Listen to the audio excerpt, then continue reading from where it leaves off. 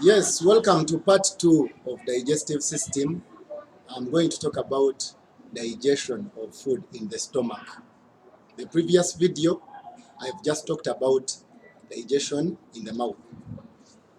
Let's describe the stomach. It's a muscular bag. It's a muscular bag, a bag-like structure that stores food as you're eating, and it's located in the abdominal cavity. Abdominal cavity down there.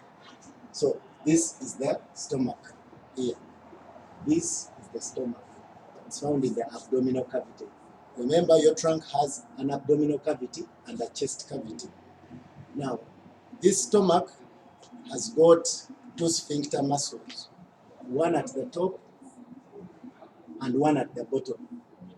It has two sphincter muscles, one at the top in this part and one at the bottom.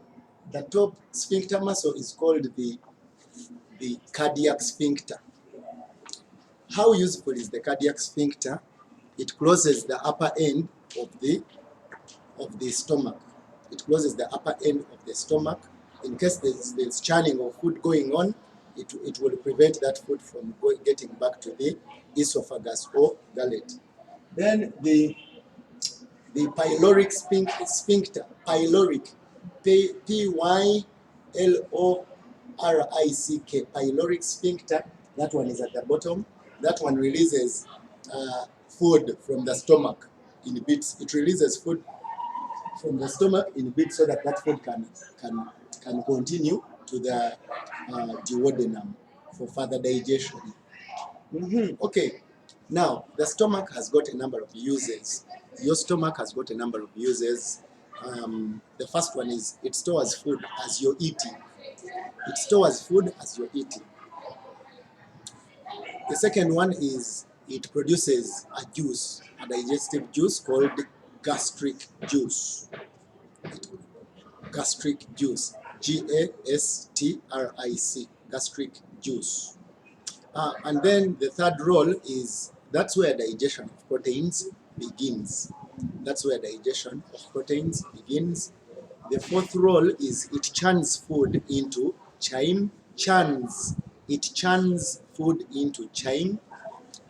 Churns, C-H-U-R-N-S, and then chyme, C-H-Y-M-E. Chyme, yeah, it churns food into chyme. And the fifth role is it absorbs alcohol and some other drugs. It is where absorption of alcohol and some other substances like drugs, other drugs takes place there. Speaking of gastric juice, what are the contents of gastric juice? Gastric juice contains enzymes like renin and pepsin. Gastric juice, the contents of gastric juice, it contains renin and pepsin, R-E-N-N-I-N, and pepsin, P-E-P-S-I-N, renin and pepsin.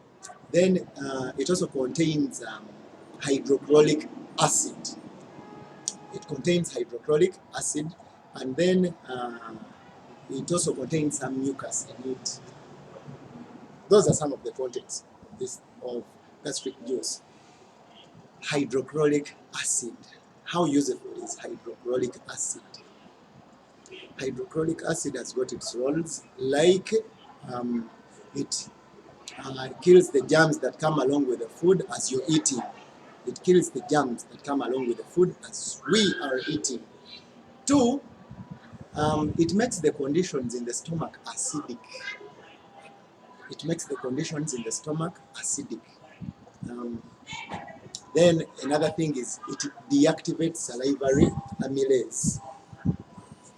It deactivates salivary amylase because salivary amylase only works in alkaline conditions. So when it gets into acidic conditions, it will become deactivated. And then it activates those enzymes that work in the stomach, like renin and pepsin. So it activates renin and pepsin. So that's what happens.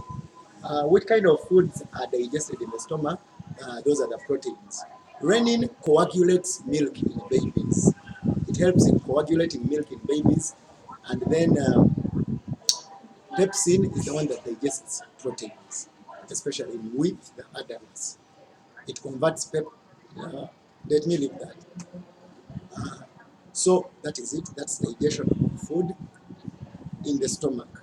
Maybe I will, in 1 minute, let me talk about enzymes. What are enzymes? Enzymes are chemical compounds that speed up the rate of digestion. Some people say they are organic compounds that speed up the rate of digestion. Others say they are chemical catalysts that speed up the rate of digestion. I would advise you to go with they are organic compounds or chemical compounds that speed up the rate of digestion. So enzymes have got certain conditions in which they work. Before the conditions, maybe the characteristics. What are the characteristics of enzymes? One, they work in a narrow temperature range. Two, since they are proteins in nature, they are destroyed by heat. Then three, their action is irreversible, and then they act on only one kind of food. Each enzyme acts on only one kind of food. That is it. They work in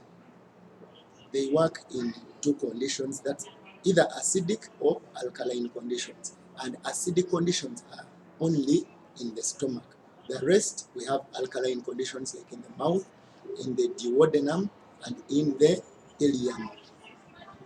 Thank you. Watch out for part 3 coming up.